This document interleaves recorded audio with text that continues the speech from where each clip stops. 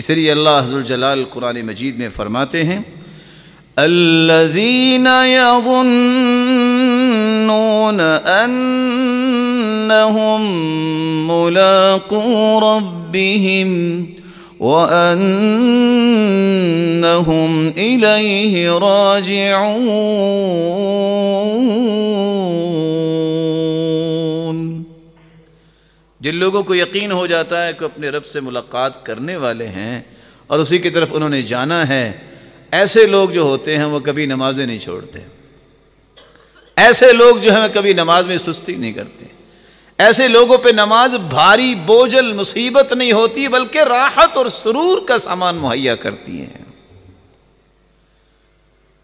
قرآن مجید میں اللہ ذو الجلال نے ایک دوسری جگہ فرمایا فَأَمَّا مَنْ أُوتِيَ كِتَابَهُ بِيَمِينِهِ فَيَقُولُ هَاؤُمُ اقْرَءُوا كِتَابِيَهْ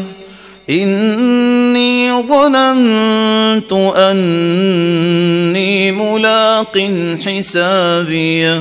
فَهُوَ فِي عِيشَةٍ رَاضِيَةٍ فِي جَنَّةٍ عَالِيَةٍ قُطُوفُهَا دَانِيَةٌ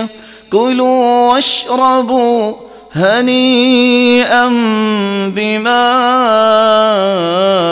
أَسْلَفْتُمْ فِي الْأَيَّامِ الْخَالِيَةِ۔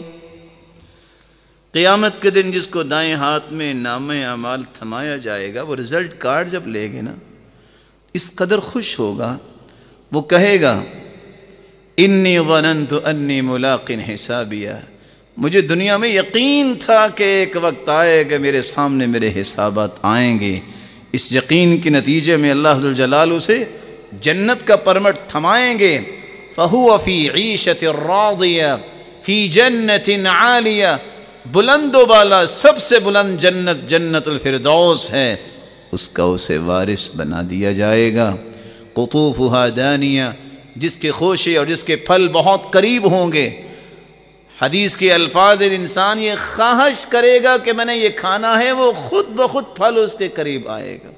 وہ توڑ لے گا تو اگلے 6 مہینے انتظار نہیں دنیا کی طرح کرنا پڑے گا کہ میں نے سرخ امرود توڑ لیا ہے، باغ بھی میرا ہے، ٹھیکے پہ دے دیا ہے، تو اگلے 6 مہینے میں سوچتا رہوں گا۔ عادت مکانہا اخری،